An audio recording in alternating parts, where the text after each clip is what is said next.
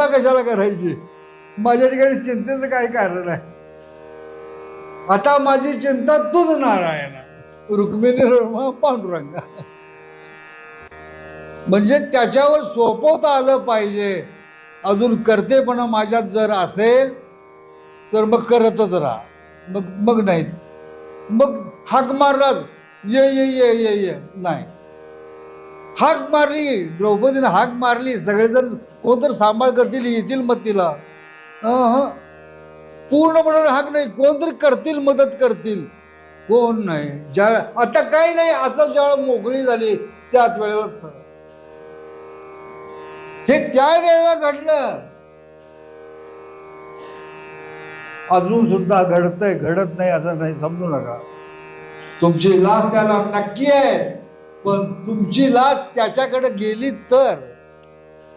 आता माझी चिंता